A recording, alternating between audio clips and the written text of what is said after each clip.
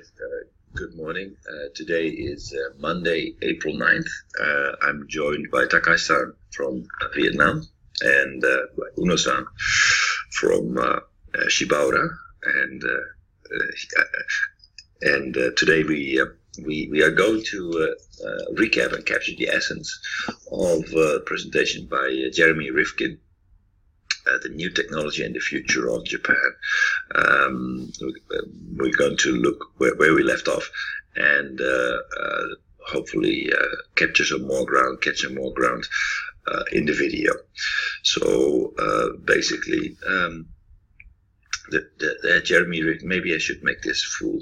1 second. Yeah, thanks. This is better for me. Yep, okay.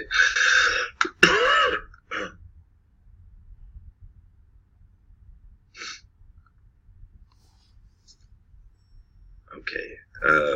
All right. The third industrial revolution. The industrialization has led to large income gap. That's how he started his presentation. Large income gaps. 50% of the world population has increased in wealth. 40% is still living under $2 a day, and there is a very small group who have become extremely wealthy. So it has led to people to actually get wealthier, but there is also a lot of still a group that needs to catch up, and there is a very big income disparity. We're living in a real-time economic, ecological, environmental crisis, where we are observing extreme weather patterns, mass extinction, a lot of problems that if we don't address them immediately, we will not be able to, may not be able to survive as a human species. And so we are in a difficult situation, and we need to take steps quickly. And in this video, he presents his game plan, his economic vision. So where do we go from here? How do we tackle the challenges that we are facing? How do we tackle the income disparity? How do we organize ourselves in the economy in a way that it is sustainable and there is enough for everybody? And so in his video, he presents a compelling game plan and how we're going to implement it. I'm not going to repeat the video. Said.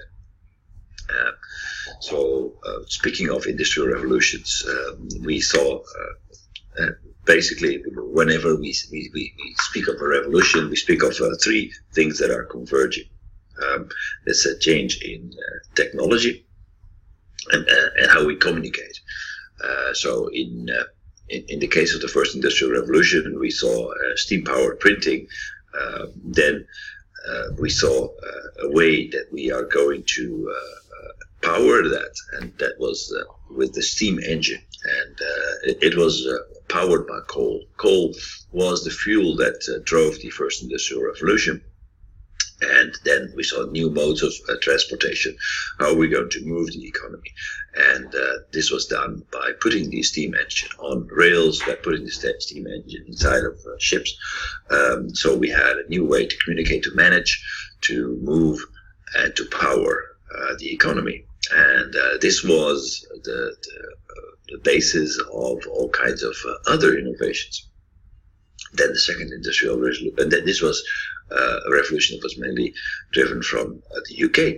Then the second industrial revolution, it was also the same principle, new technology. That was the combustion engine that made our cars, our trucks, our ships were powered by the combustion engine. The new communication technology, the way that we communicated was via telephone, radio, television, and it was all fueled by oil. We are still in the second industrial revolution era.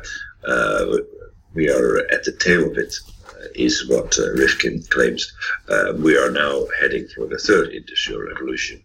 And he's basing himself on the necessity and on what he observes. So we've already already seen that through the Industrial Revolution, we saw the GDP per capita rise globally. And we also saw that the leaders in the Industrial Revolution are actually the ones who have their income per head grow fastest. So after the Dutch, the British who led the first Industrial Revolution, the Americans who led the second Industrial Revolution. We also see that Japan has been catching up rapidly. China is not in this picture, but that's also you will see that they will probably be here somewhere. And that's growing very rapidly.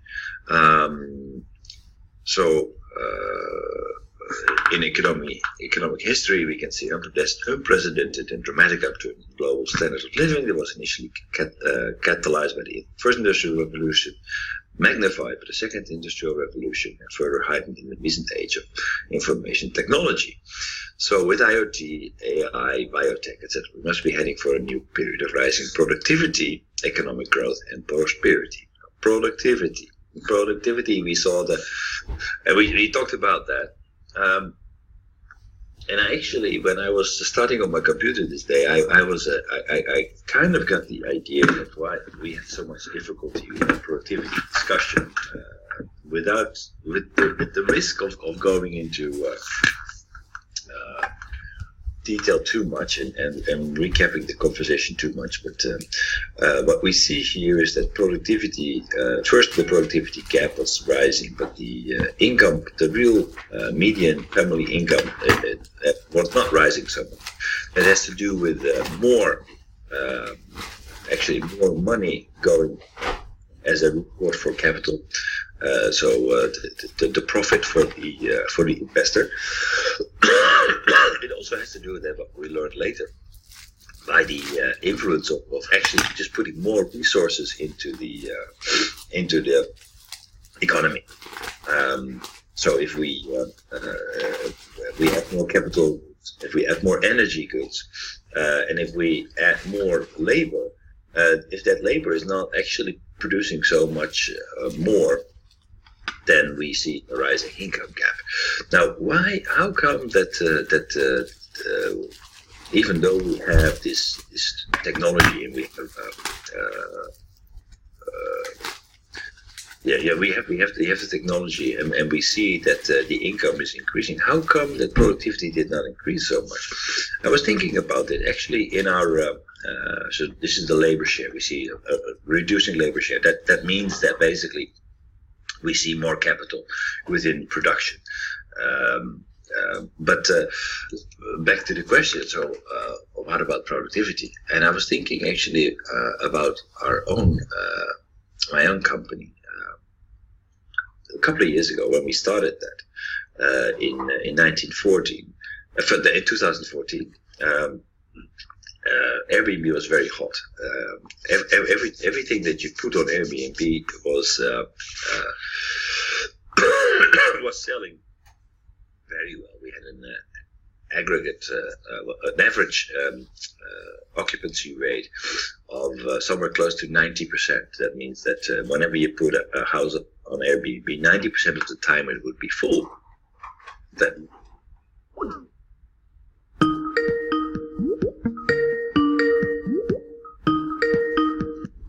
Yasser was doing it by himself. His added value would be pretty high, because if he would, let's say, rent something for 10 man yen, and he would actually make maybe 40 man yen as a revenue, then his added value, his productivity basically was about 30 man per house per month, which is very high. So the productivity at that time was high. Now, what happened is that over time, the profitability, the just revenue. a moment, I can't see your slide. Takashi called me. You just connecting line to my line. You just called me. I don't know. You didn't. But You cannot see it, Takai-san. Also. no, I can't see. I can't see your slide.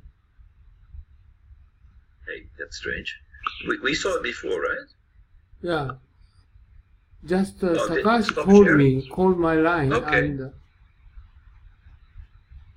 Okay, can you see it now? no, I can Yeah, see mine, yeah. Takashi and my picture. Okay, yeah, okay. That's because okay. How about now? Okay, Okay. it's okay, better. Yeah. It's now changed. Okay. All right. So regarding this productivity, an example from my own company, right? So when it was started, Yasu was doing it mostly by himself. So he would rent an apartment for 10 months, put it on Airbnb, get a revenue of about 40 months, because so many people wanted to rent it. And so that means that his added value, his productivity, basically, that means that his output minus his input, the rent, and he didn't pay any salaries, because he was doing everything by himself, from cleaning and everything else. So his productivity, as you may, his sales price minus his input cost was 30 man yen, and he only had like 3-4 houses at the same time. But his margin was very high. Now, as time progressed, his company started to grow. I got on board, other people got on board, and what also happened was that basically more and more people were getting into this market. So the occupancy of these houses was reducing from 90% to 78% in the next year. Plus, all these people were taking salaries.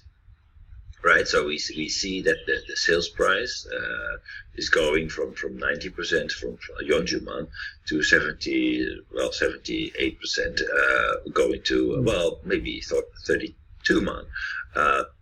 Plus, it was divided by more people. More people were on board, so these costs needed to be added.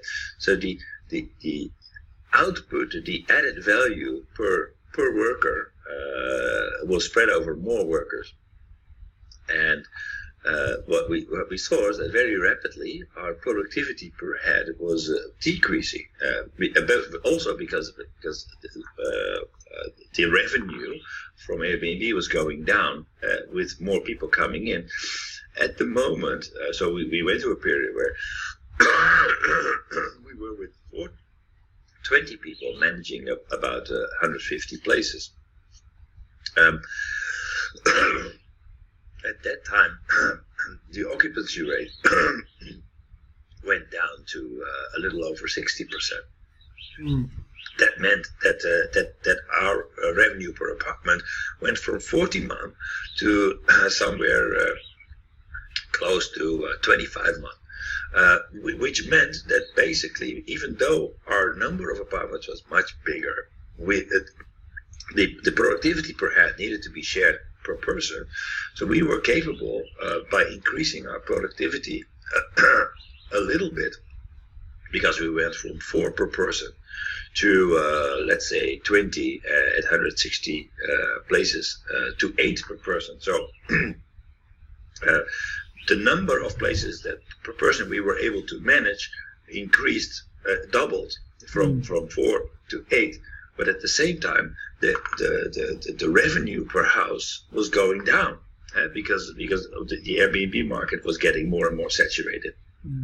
So as you can see, even though our productivity doubled, or actually our physical productivity doubled because the revenues were under pressure, our actual the way that we measure productivity as the added value that was generated did not increase so much. Now, and today, we are at a productivity of a physical productivity where we are managing about 30 places per person. So we went from 4 to 8 to 30 places, but the margins in Airbnb have gone down. So while we physically improved ourselves a lot, the only thing that we actually achieved was that we are able to survive because there are more and more people entering this market who know how to play the game, who put the revenue under pressure. So we constantly need to increase our physical productivity, otherwise we cannot survive. But it doesn't mean that the economy as a whole, productivity is being realized, because of the rising productivity, the efficiency goes up, and basically it puts a downward pressure on the prices, and therefore it seems like productivity is not increasing so much, even though we can do much more with the same event. So if that happens for an economy as a whole, we can see why it is possible that basically, even though we have done things better, that benefit is actually being passed off to the customers as they can get their products for cheap, or if they're just coming too many entrants into a market. If the margins are low, people immediately flock into a new market, into the Airbnb market, and the prices go down, and the productivity is not realized. The increase in productivity. So your definition for productivity in this case is your productivity going to be doubled, or productivity not growth is not. In this case, we need to differentiate between the physical productivity and the productivity as it is measured in our GDP, right? So the physical productivity is, we went from productivity where one person was capable to manage 4 places, from 20 people who were capable of managing 160 places. So from one people who manages 4 to for one person who manages 20. Now we are capable for one person to manage 60 places, right? So we went from 4 to 20 to 60, which is a dramatic increase in physical productivity. But at the same time, the revenue per room went down dramatically because so many more people entered into this market. So the prices, the revenue actually went down. That means that the added value that we have per person actually decreased a lot. Per house, we rent it, let's say, for 10 months, but we only have a revenue of maybe 15 months. So that means that we went from 40 months per house to 15 months per house.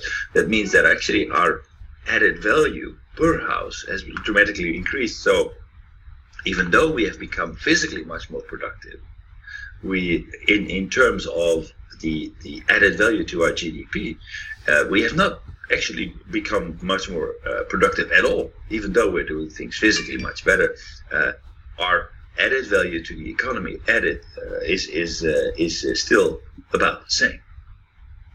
So basically, we are just surviving. We need to be more productive because we are working under smaller margins. So what about productivity? So what I'm saying is that even though productivity in our economy, where in our economy we see that the prices are under pressure, the revenue are under pressure. If the productivity increases, that those productivity gains are given back to the customers, right? If Intel is doubling the power of their chip, it will be also doubled by ARM. That means that even though the product becomes twice as good, they cannot all of a sudden start to charge twice as much money. I understand, but in this case, value added, comparing productivity is a different definition. So those cases, productivity is drastically increased, right? It's not. We can produce more. Like I said, we can manage 60 houses instead of 4. But basically, the way that productivity is being measured that as the increase in GDP per person, we do not increase so much because the revenue per house is radically decreased. Okay, so you're talking about productivity per each house rent revenue.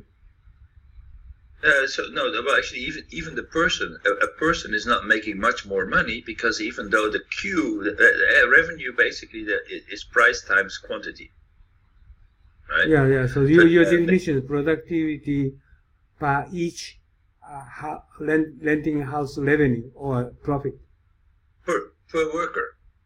Per worker. No, not per house, per worker. Per worker, yes, per worker. Per worker cost. Even though he per can do worker physically manage. So even though the physical output going from 4 houses to 60 houses, but the added value per house, so the difference between for what we rent the house and what we sell the house has been dramatically decreased, right? So the added value per worker did not go from 4 to 60, like 1,500 times more, of like 100% more. But actually, the productivity did not increase that much because the revenue per house actually decreased a lot. It went from 400% to maybe less than 50% per house. So these things work against each other. So what you see in an economy where we are becoming more and more productive, a lot of the potential gain in productivity growth, in the actual added value to the GDP, is under pressure because while we becoming better at it, people do not all of a sudden get much more money, so we need to sell those things. And people do not all of a sudden, if the chip becomes twice faster, the price of a MacBook Pro doesn't double to twice the price. The price remains more or less stable. Okay, maybe I understand. Just consider for the semiconductor chips, and this price is every year down and going down, but productivity is actually drastically increased, but price is going down. It means no productivity growth. Exactly. So it doesn't go well. So what we see is that we get much better PCs over time, but we are not paying more for them. The price remains more or less stable. So you can say that physically our machine that we are working with is much more productive, but we're not paying for it. We don't see it in our GDP. Okay. So if you're thinking about what robots etc. can do, yes, sure, they can increase the productivity, the output, but it will also put a downward pressure on the prices.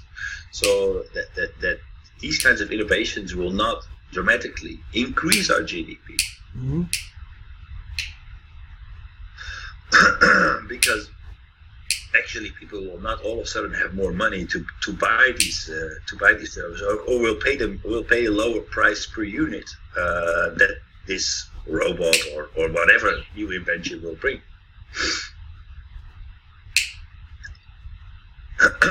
Okay, shall we continue? Yeah.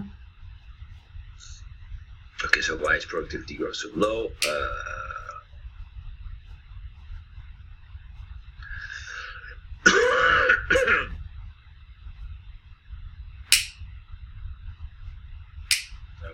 We were talking about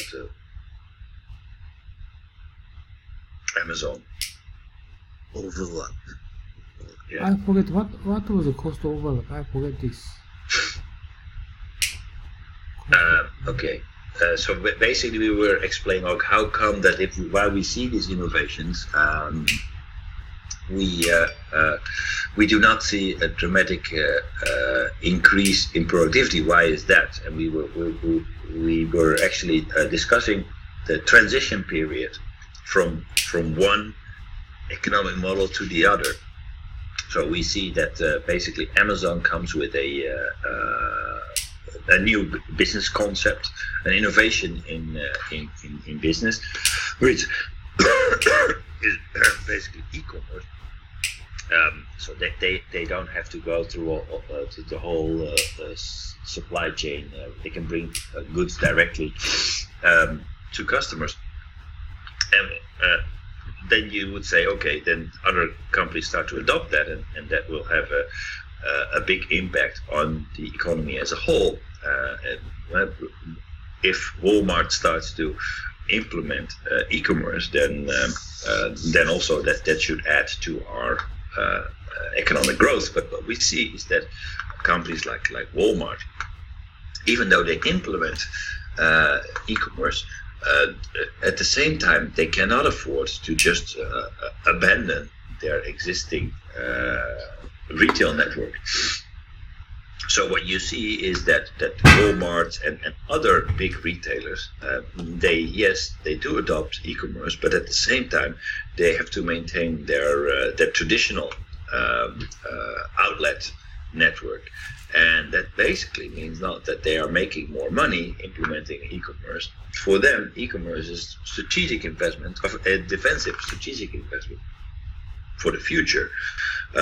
As a whole, Walmart has not been making more sales than they made before,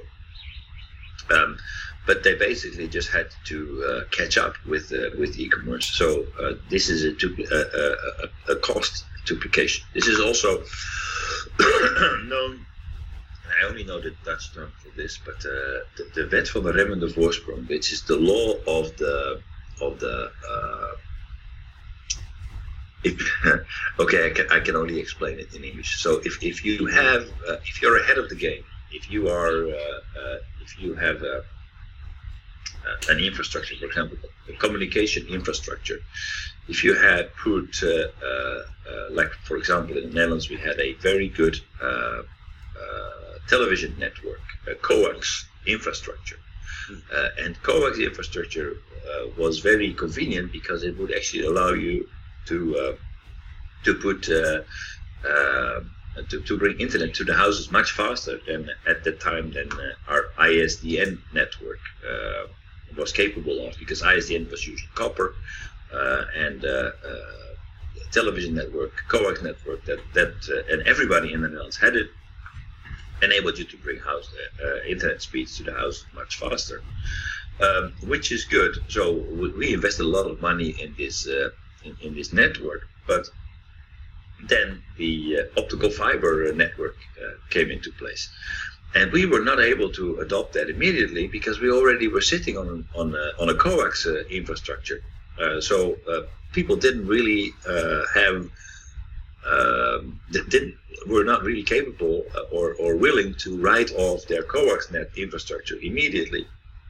Other countries that didn't have a coax infrastructure, like for example, Estonia is a famous example, where they didn't have any infrastructure, so they could immediately implement state-of-the-art technology and put in a blazingly fast optical fiber network from the start. So they have the fastest internet in Europe at the moment in Estonia, simply because they didn't have any overlap in their current infrastructure. They just implemented the newest technology. So that's an opportunity for people who come new. That's an opportunity for the new players in the field. But of course, if there will be a new infrastructure will be coming up that will make our internet even faster, then Estonia has an existing infrastructure, just like we have. So it's not sustainable, but at least we need to realize that actually competitive advantage exists for people who do not have anything yet. So that's a good thing to keep in mind when you're looking at the future. Africa doesn't have any infrastructure yet. So whatever we come up with next, they can implement whatever. So they will only implement the latest technology. So that's the cost of overlap. So I don't understand well. So say. Okay. Explain So again. basically, the cost of overlap is the cost that you need to make in the transition period. So Walmart realizes that the future of retailing might be largely in e-commerce, right? It's very expensive to maintain all these shops and with all the staff on the ground. It's much cheaper to have a warehouse and to bring to people directly. But Walmart, because they already have an existing network, they have an existing infrastructure, they have people working in these shops, they cannot just say, okay, we're going to close everything and we're going to do e-commerce, just like Amazon does. That's just not viable for them to do. They will not be able to survive because their revenue will go from $1 gazillion to $0, and they need to build up their presence in e-commerce. So what they will do, logically, is they will build up their e-commerce platform parallel to maintaining their physical network. So all the shops that they are managing, all the people that are working there. So basically, for them, in the transition period, it doesn't mean that e-commerce will basically bring more revenue to Walmart. Actually, most of the revenue from Walmart online will be people going away from the shops online. So basically, it's just moving revenue from one channel to the other. But they're having to maintain both their online presence and their offline presence. They're basically duplicating costs. So the overall profitability of a company like Walmart is actually going down in a period of transition. But the cost of overlap is the period that we are going from one model to the other model. Okay, just Amazon is currently for example, a good example is Japanese Yodobashi camera. They have shops, but recently they very much big investment for e-commerce, and they try to invest a lot. So this kind of investment cost is overlapping, comparing with former business style. This is what you want to say, right? Exactly. So in this transition period, Yodobashi Camera will have their shops. They will have people coming in there. They can't just stop doing that, because if they stop doing that, they will have zero revenue. Their revenue online will not be enough to say, okay, well, we can stop our business. But this kind of investment is usual for any kind of improvement or reform or for company or society. Exactly. But this case is countrywide or global-wide investment will going to be occurring. That's the reason why we need to watch for this investment. It's so huge for impact for society. So that's the reason you put it on this slide, right? Exactly. So why? How come we don't see so much uptake when we're actually seeing so much adoption of e-commerce? Because actually most of the e-commerce is done by the traditional players, and they are mainly switching from one outlet to the other. So they need to maintain two outlets instead of one. The physical stores and their online stores, and that means that even though it has a potential to actually contribute a lot to the GDP and the growth, it actually doesn't. So it's basically a cost duplication, and so that puts a big break on the potential of these kinds of innovations.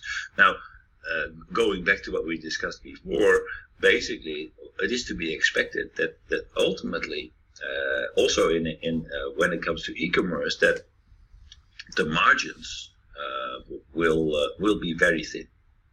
Okay. Doesn't really matter if you go from A to B. So the total impact of e-commerce on productivity in terms of GDP will not be so big. So it means the next 5 years, next 10 years, we need to pay much more for innovation compared with in the past.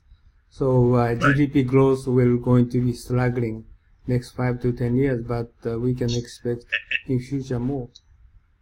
Well, no, actually, because that's also the point. So, and what's happening after that? So basically, then we will have a shakeout. We will have some companies that have been transforming from traditional network of shops to bringing them directly from their warehouses to the customers. But what's going to happen then? That's exactly what's happening with the computer industry. So we cannot all of a sudden say, okay, then we are basically we are taking all the profits from the difference between the sales price and our cost, because what will happen is that these companies will have to compete with each other. These e-commerce retailers, they have to compete with each other. That means that basically, if they have higher margins, the only way that you can sustain your market share is by bringing your sales price closer to your cost. And if your costs are decreasing, then basically, ultimately, it will be needs to be handed off to the customer, because they will be able to, especially online, to compare very easily. Okay, this costs this much on this retailer and that much at that retailer, so I'm going to buy it at the cheapest outlet. There will not be one Amazon. There will be a few big players, and they will be competing on price. So the actual contribution to GDP, if any, will be very limited. Especially like we consider Amazon's strategy, they cannot the transportation cost they will not charge to the customer. It means they cannot get profit, right? They cannot get profit from the sales of product. So we used to have the tendency to they understand the innovation will bring the economic growth, right? So just thinking the innovation is good. Innovation is good for everything, right? But as Unno mentioned, we're going to invest more money for the innovations such as the fintech or AI. But if it's just to change the form of the service, right, it won't bring more demand. It won't bring more the access to the market, untouched access, untouched the market. Right. If so, then the economic value will remain the same. Exactly. Okay, so, this is Takashi. Okay, let me. There's a price to be won. Sorry. Go ahead. Go on, Unno-san. Okay, my thinking for the Amazon strategies or Yodobashi camera strategies, it's not easy to switching the customers' favorable attitude. Instead of going to shop, they're going to buy through internet. So currently still many people want to go into shop to check his preference to pick product from the shop. But Amazon and Yodobashi camera try to switching this kind of customer attitude from visiting shop to buying through internet. This takes time, okay? But this is not technology. It's a little bit difficult to change the customer attitude. So that's the reason, even if they try, they cannot get any profit, but they keep in patience for a while, for a couple of years, 3 years. This is my observation. Like, okay, we're going to deliver the product.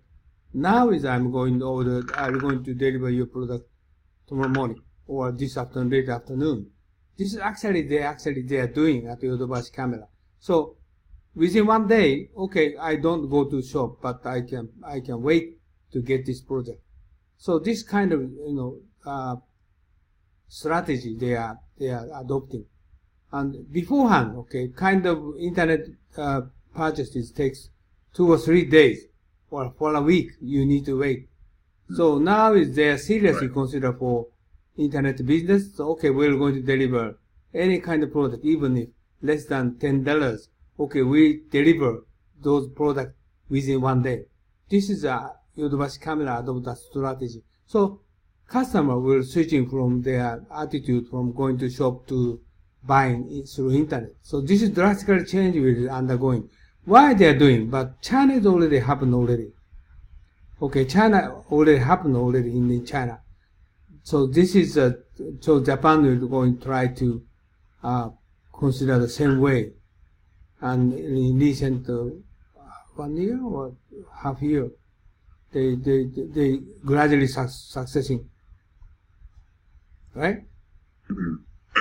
So no, it's a matter of adoption, but it's also the reality is also that basically probably if you look at the sales figures of Yodobashi camera at the moment, then 97% of their revenue will probably be from offline. Still, people going to the shops, holding the product, talking to the salesperson, and then making a decision and taking the product back home. And maybe that will change rapidly. But before Yodobashi camera will be able to say, okay, now we reach the critical mass. Like now, currently we have like 80%, at least 80% of our revenue is coming from online. They can start to close shops one by one, and say, okay, now we have become an online company. But that I think that will take some time. Maybe even more than 2, 3, 4 years. Yeah, this 2, 3, 4 years is key. I believe suddenly turning point will come. Suddenly, not gradually. Okay, this is for example, one example is education. Okay, and e-learning. We developed how many years? 20 years ago. When I was working at a former company 13, 14 years ago, still there are a lot of investment for e-learning, but there are many school or university didn't, or they are using e-learning, but students don't like it. Okay, because reason why I the same thing is we can tell like current e-commerce, but still take time. But in some days, it's drastically they're going to change the attitude for how to study. Currently, still training or education is sticking to actual studying instead of e-learning, right? But this is if kind of system we're going to try to focus on more convenient way for students, this kind of trend we're going to change, but still not enough, because e-commerce is dealing businesses just only they directly linking to profit, but e-commerce, e-training, e-learning is not directly to connecting profit. That's the reason why innovation will slow to happen. But to look at what is happening in e-learning, Unno-san. So I'm a big fan of Udemy. Udemy is an online platform where you can learn everything about, well, mainly software coding. So if whatever you want to learn, you can pick it up there, and it only costs you, like, seriously, I think most courses that I bought were only like $10, $20, $30, maybe $40. So you can actually, you have an entire program from A to Z with online documentation. With you can see it on video. Somebody's teaching you, going step by step. And if you have questions, you can actually ask the instructor, and you will not get immediate answer, but quite quickly. So I can study wherever I am, whenever I want. Plus, the cost is significantly lower than I would have to go somewhere and talk to somebody. So what also is happening is if I look at how many people take this course, you can say, okay, that's a very low price. How can they survive? But there are courses where there are even close to 100,000 students take the course. They all pay $20. 100,000 people, $2 million. Now, where do you find a school where somebody just records it once, spends maybe a month, 2 months, and make $2 million? $10 or $20 for what? 1 unit?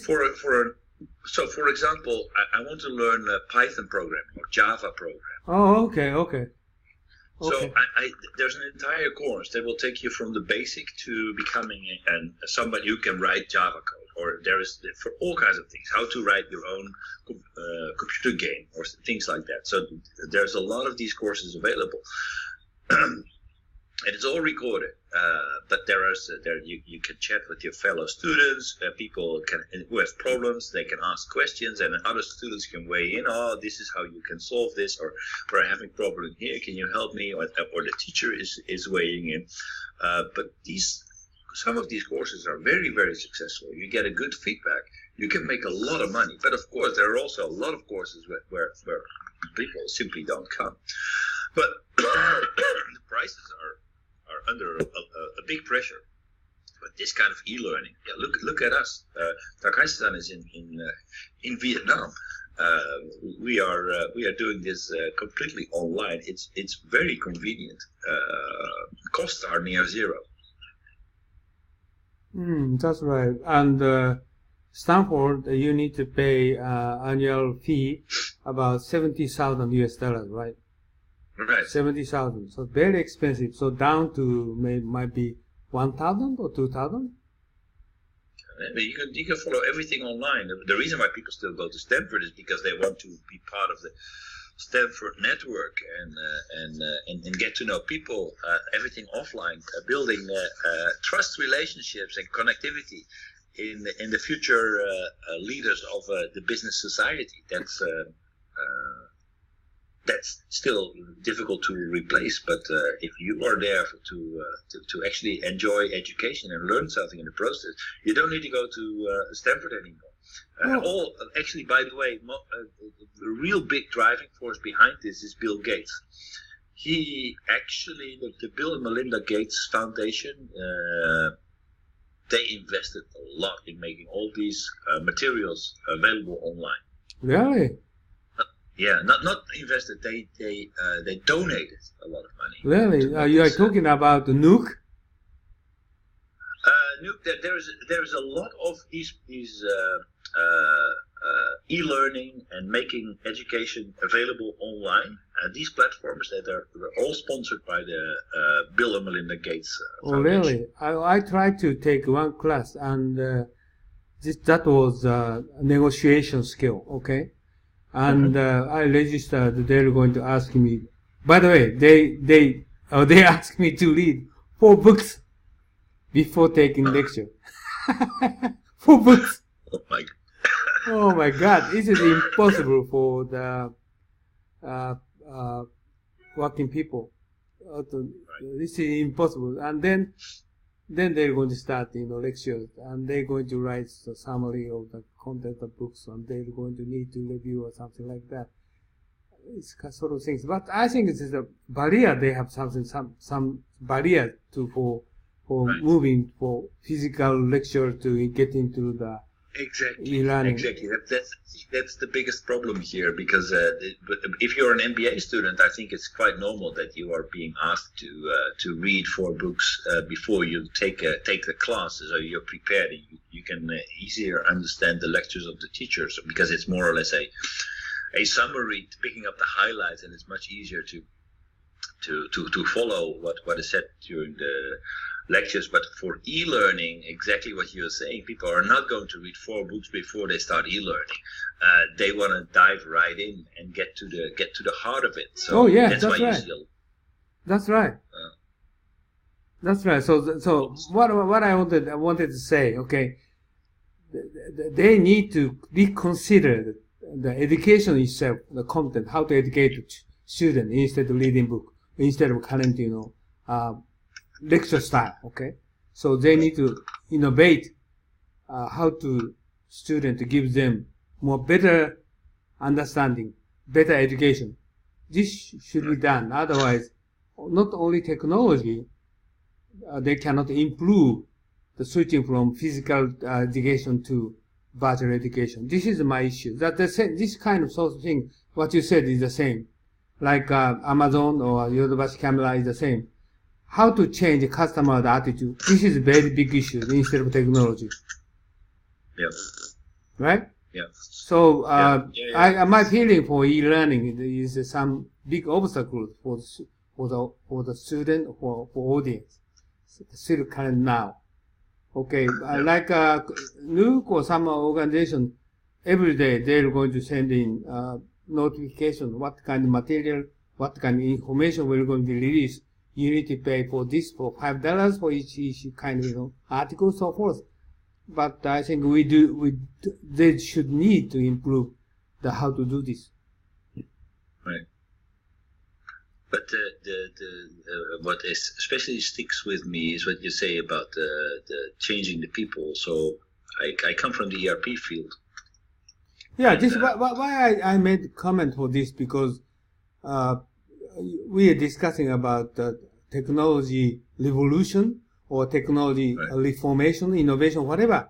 But this is a major concern. Is I think we need to turn back to 100 years ago, hose to combustion or steam engine. At that time, they need social community revolution, or how to change their mind. This is a big issue.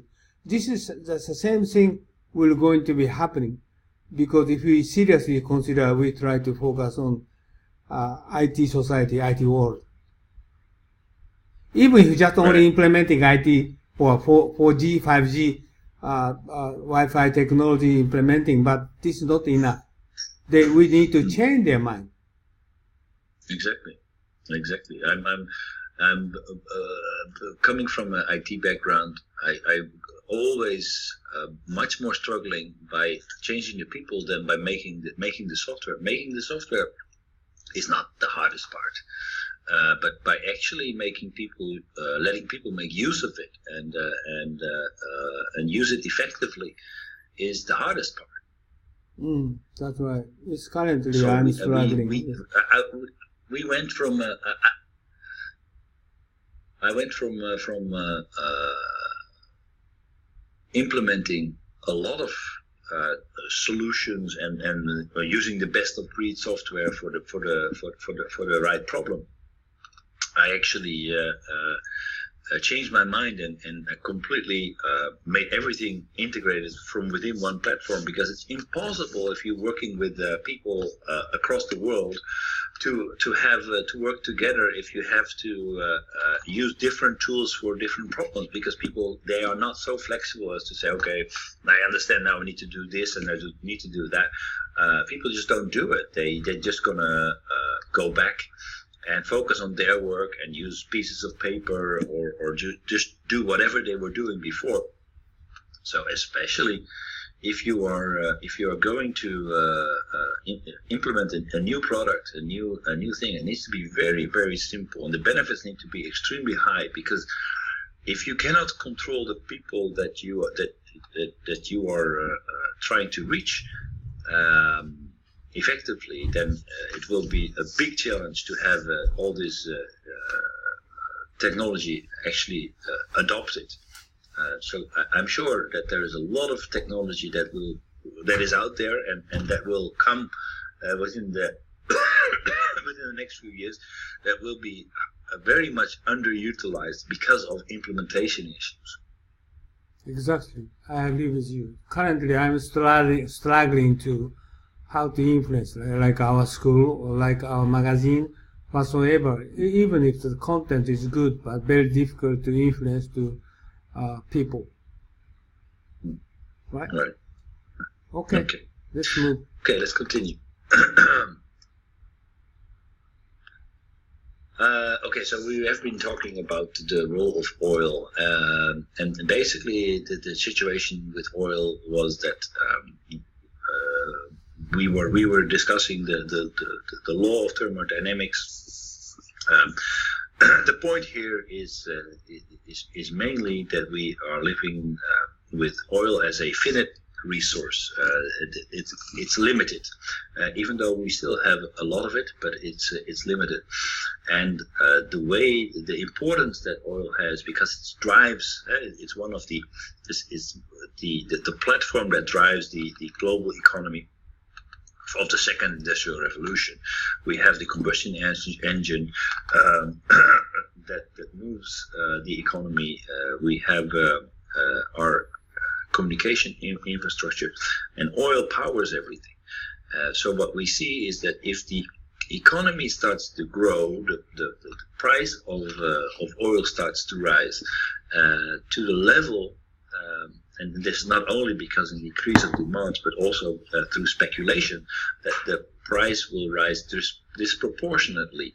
And if the price becomes too high, oil is so much embedded into our entire economic system that if the price becomes too high, the economy will come to a standstill. So oil functions as a kind of natural brake on our potential to grow. Even though we are capable of bringing new technology and bringing new ways that we can work together in becoming more efficient, bringing dramatic new and improved in efficiency, still oil is so important, and that it will break our economy. So what we need to do, according to Rifkin, not only because it's a break on our economy, but also because it's a major cause of our climate change, we need to look and work towards adopting a third industrial revolution. By the way, you're talking about until 2020 or 2025. In the past, Right. Oil is very key critical issue for GDP or critical issue for growth. But the last week you Right. told me coal is not plus asset, minus asset, right? The oil will going to be the same situation, and we need to go into Right. switching from oil to sustainable environment. It means, just reusable energy. So this Right. situation will turn out to be different direction. So it means like Saudi Arabia or recently new oil reserve founded Bahrain is not good for them. This is support in future minus asset. So and oil price and before we reached $160, but not coming up again. It's going Right. down, right? Exactly. So what we have is we have an economy that's completely based on oil. So all of our machinery, all of our cars, our trucks, our ships, and everything that we have will convert to electricity-driven engines. So that is a huge investment that will need to be written off. And like you said before, there will become a critical moment where basically, if you do not change, you cannot compete anymore with your old, with everything you invested in. So there comes a point in time where all of a sudden, this kind of infrastructure will be obsolete, economically obsolete, not physically obsolete, but economically obsolete, and then there will be a huge write-off, and that transition will be painful for a lot of financial institutions, for a lot of producers. So when that happens, we will see a big turmoil in the economy. People who are able to make the switch from one platform to the other, and people who are not able to do that.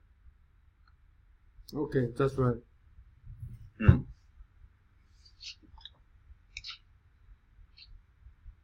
Yeah, we were looking at shale. Well, shale is not dead yet. Rifkin was making claims that did not materialize there because shale production has moved up. And we talked about that on Saturday, right? Okay, so how further? We were looking at Germany actually. There is and maybe actually I have basically Germany is the leader when it comes to this third industrial revolution idea. They are very actively, very ambitiously moving out the fossil fuel driven economy. They are working towards implementing solar energy, wind energy. We saw a movie of Daimler-Benz, who's equipping thousands of trucks with sensors, becoming a completely different partner. Where basically they sold the product, but now they are actually becoming a partner in the operations of their clients.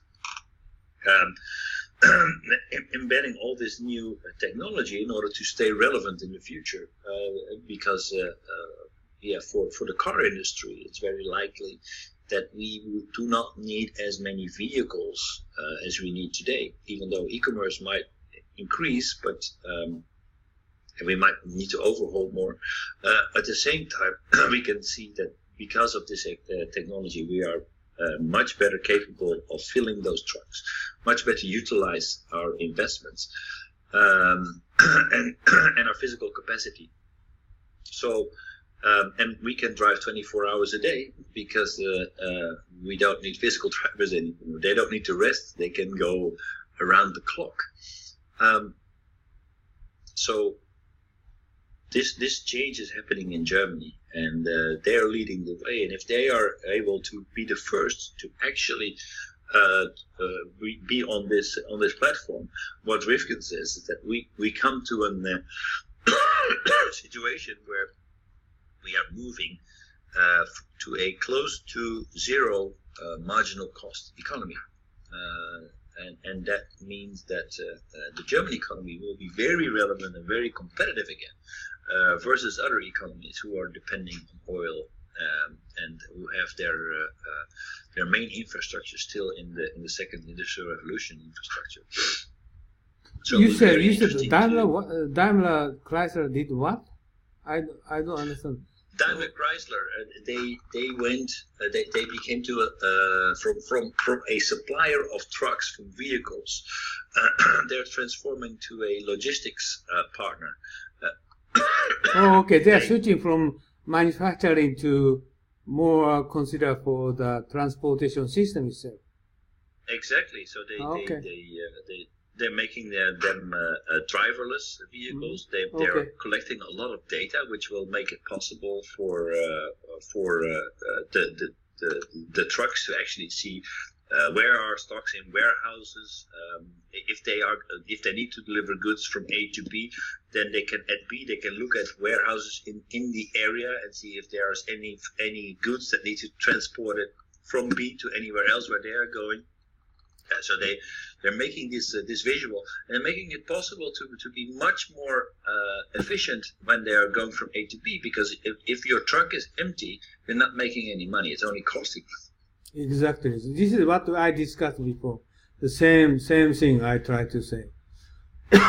Okay, just only the Yodobashi camera's product, but how to sell is the best way to more utilize, or what's the best way to customers more get interested in buying that product? Right. Exactly. So, but Daimler said, okay, well, if people will buy less trucks, how are we going to survive? And that means that people need to buy more of your trucks. And basically they moved away from the idea that we need to sell units of trucks, because the more units we sell, the more money we can get. But also say, okay, well, but what can we do more to become a true business partner of our clients? And they say, okay, well, what do they really want? Do they want to own trucks that bring goods from A to B, or do they? How do our clients make money? And they say, okay, well, no, basically, we're in the business of logistics, and we'll go from ownership to logistics services.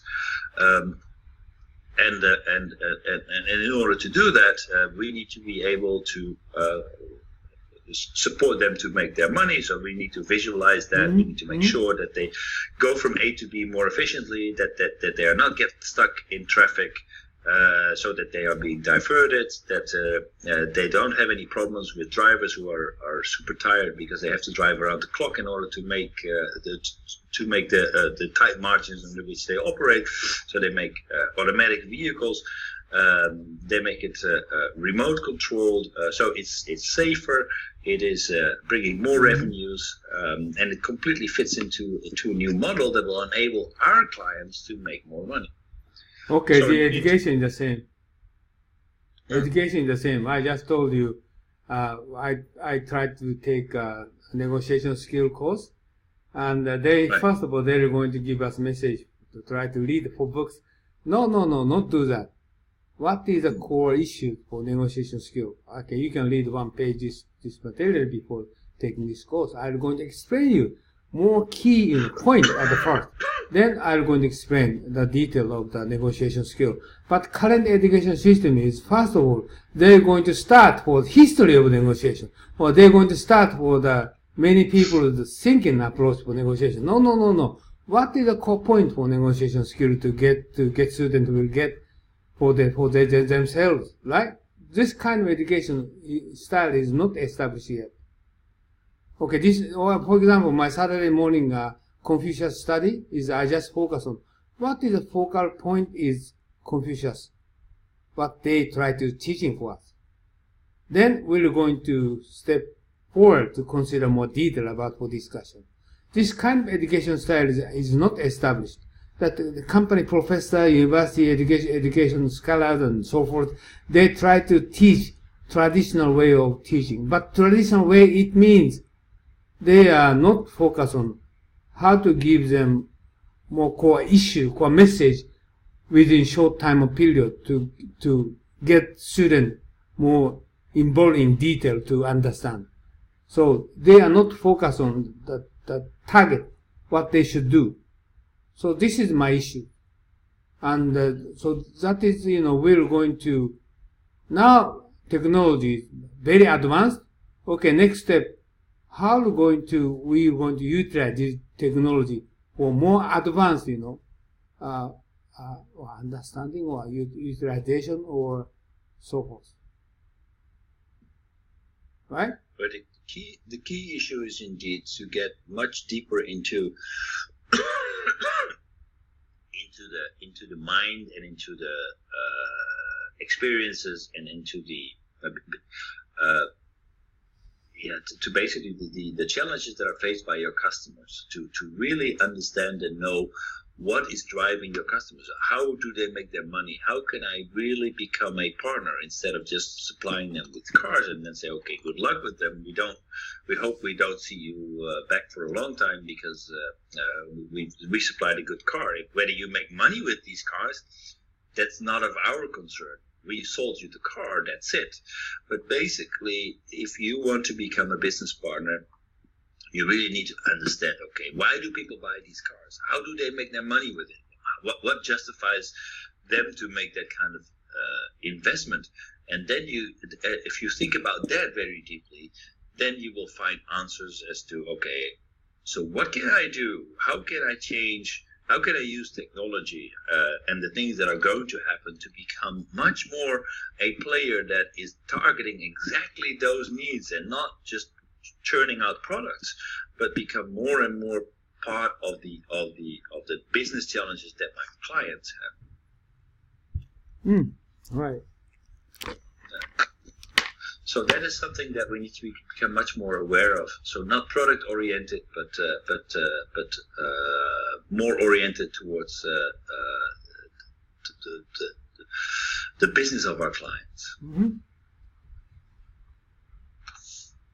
Okay. So oil, we talked about that. We talked about energy intensity last Saturday, where we see that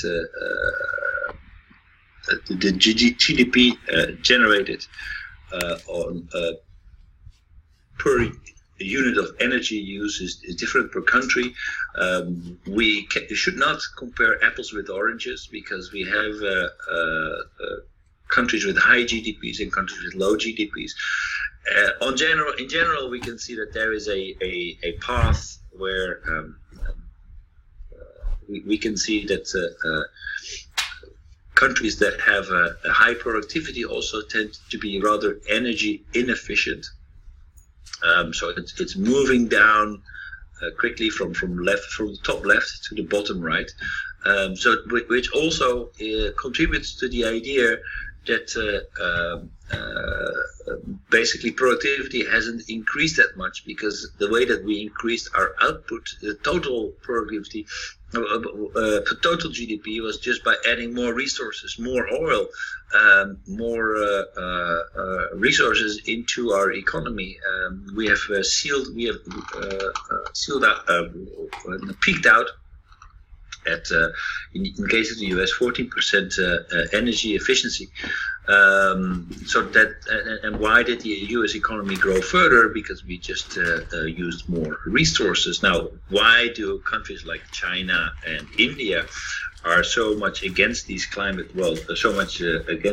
treaties? Because they say, well, thanks to these natural resources and the utilizations of these natural resources, you have been able to grow, to to actually grow your economy. And now you are denying us to do that because you actually spoiled the environment. So that's not fair. Now, looking at these kinds of graphs, that kind of underlines the ideas that these developing nations have, and say, well, okay, we need to increase our usage of these natural resources, otherwise we will not be able to move up. That's the discussion about. Yeah, this one is last Saturdays I tried to summarize this video, but still I don't understand why this slide is important. Well, basically, and what I'm talking about, energy. You said energy. This is the energy efficiency. You mean oil? Yeah. Or solar panel? No, we're talking about oil. Solar panels in itself, they are not significant enough. They are not big enough to see this. But why do I show this slide? Because we were talking about energy consumption and energy efficiency. Rifkin is talking about that. He says, well, basically, we have peaked out on our energy efficiency. That means that we cannot increase our productivity without increasing our energy usage. We do not become much more energy efficient over time. If you're talking about, waste 86% of the energy in our production process. But just before you discussed about oil will going to be disappearing. Instead, right. Solar panel and windmill will going to be more, or maybe the other energy, sort of, method will going to thermal be energy. Yeah. So, but oil efficiency, okay, 84% energy, actually oil consumption is misused or not well used, and we need to right. increase energy utilization. This is that I don't have make sense. So well, basically, so basically, the point of this slide is that basically, if we are not very energy efficient, that means if we want to, we are growing, right? We're going from 6, 7, 8 billion people. If we want to do that and we get stuck into this oil economy, this second industrial revolution economy, then we can see that basically the demand for oil will increase dramatically because we are depending on oil. We are not energy efficient, that means that if we want to grow the economy, and we need to do that in order to feed all these people, then the demand for oil will increase, the price for oil will increase. And what we saw before is that if the demand and price for oil increase, then economic growth will come to a standstill. So we are stuck in a catch-22 situation. We want to grow the economy, but we get stuck because we are depending on oil. And so that puts a brake on our potential to actually grow the economy. So because we're working with finite resources. So your message is, like the United States is very the GDP per capita is about more than 40,000 US dollars. This is not true. This is more than 50,000 US dollars. But your recommendation is they need to consider more efficient way of how to use energy. No. What's the message for that horizontal bar? I don't understand this horizontal bar. The horizontal bar energy inefficient. You said many advanced countries is inefficient way of energy usage, right? But what does this mean? Right. That means that basically their output per unit of energy used is about the same in let's say Poland, South Africa, Mexico. Their output per unit energy use is about the same in the US as it is in Mexico. And what we can see here is that these countries are very energy inefficient. They are also very low productive, but they're energy inefficient. If they want to grow their economy, then they need to go up. They need to use more of these energy inefficient means. So there is no place to grow anymore. You mean more well utilized of oil? Yeah, well, basically that's the point of Rifkin. He says, well, there is a very little chance of doing this, because if we need to add more energy into the process of economic growth, right? Economic growth requires energy, and energy efficiency will peak out. In the case of the United States, 14%. In the case of Germany, 18.5%. In the case of Japan, 20%. Those are marginal increases, but oil is a finite resource. We cannot just increase the uses of oil, because if we increase the uses of oil, it will increase the price and it will reduce our potential for economic growth. So what we need to do is we need to switch to an infinite source of energy, which is sun. Because if we need more energy, we can use more sun, and it only costs the fixed investment, like putting the solar panel up. But once the solar panel is up, then we have hardly any more costs, hardly any variable costs anymore. So, in order to use, to make sure that the increased need for energy is met, we cannot get stuck in oil. We need to look for infinite sources of energy, and that is solar power, that is wind power, that is thermal power. Right. So this message shows we need to switching from inefficient oil to more efficient sources of the other. Yeah, but right? Basically, what it says is that efficiency is, we can expect only limited results from that.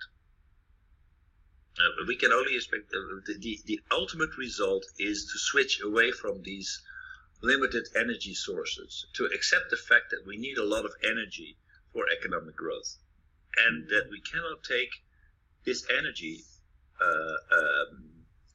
from the limited supplies of oil, shale gas, things like that, because that will basically put pressure on demand and will give rise to speculation, and will increase the price and will put a brake on the economy. We need to switch away from fossil fuels, and we need to go to renewable energy, because that renewable energy will be infinite in its supply. Therefore, the marginal cost of these resources will become near to zero. And that means that we can basically increase the usage, because it will not cost a lot more. Only the fixed investments, only the interest that we need to pay on our investments that we need to carry. But it's completely different from the situation in oil. Mm-hmm. Okay, I understand. But I don't appreciate this chart, because this every country, they much more focus on oil, but they need shifting to renewable energy. But this chart, this is a message, but it doesn't make sense on this chart. But I understand what you mean, what this person mean. Okay. Okay. So today we're finished. Yes, we are finished. It's 9:05, and I need to start running. Okay, you did very well summarized since last Saturday. It's very good. So what are you going to do this Saturday? We're going to continue. We're going to look at Germany. We're going to continue with the Energiewende. Yeah. Okay. Yeah, and then we're going to go back to the Rifkin movie again. So Okay. we're going to look at the smart infrastructure, net neutrality. We're going to look at the deep web and IoT. By the way, who he is?